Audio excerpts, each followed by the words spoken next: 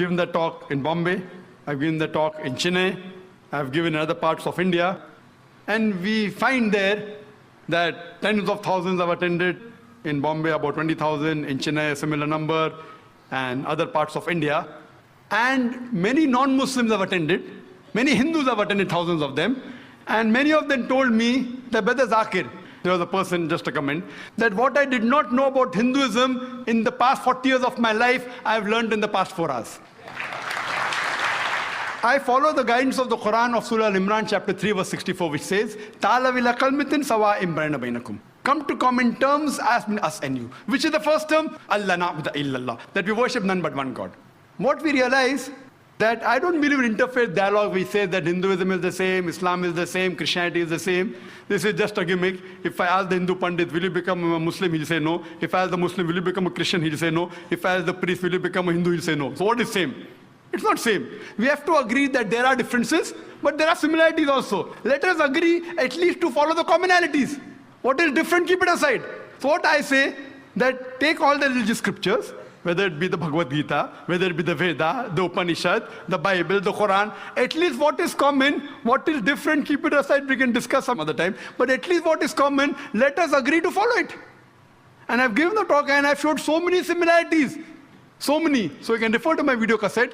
And what happens, many of them are not aware. The Muslims are not aware of their religion. Similarly, the Hindus are not aware of their religion. Many of the Muslims objected. Similarities between Islam and Hindu is impossible. So many of the people came with the talk to attack. The Rabbi, I'm bullying. What nonsense. Hindu and Muslim same. Ho hi nahi sakta hai. But when they heard the talk, they were shocked. Those who came to attack, they agreed with the talk. Similarly, many Hindus came. So what we realize, that what is common we should follow. And number one is Allah na'budu illallah, that we worship none but one God. That's the most common thing. And which you can give quotations.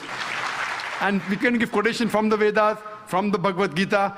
It is mentioned in the Chandogya Upanishad, chapter number 6, section number 2, verse number 1. Ekam evidityam, God is only one without a second. It's mentioned in the Shvetashvatara Upanishad, chapter number 6, verse number 9. Nachasya kasij, janita na chadipa. Of him, there are no Lord. He has got no parents. These are Sanskrit quotations. That means Almighty God has got no parents. He has got no Lord. Furthermore, if we analyze, it is mentioned in the Shvetashvatara Upanishad, chapter number 4, verse number 19. Natasti pratimasti. Of that God, there are no images. There is no pratima, there is no photograph, there is no idol, there is no image. Same thing in Yajurved, chapter number 32, verse number 3. Natasya pratimasti. Of that God, there are no images. So if you go back to your Vedas and your religious scriptures, it speaks about one God. So people many a times are not aware of the scriptures.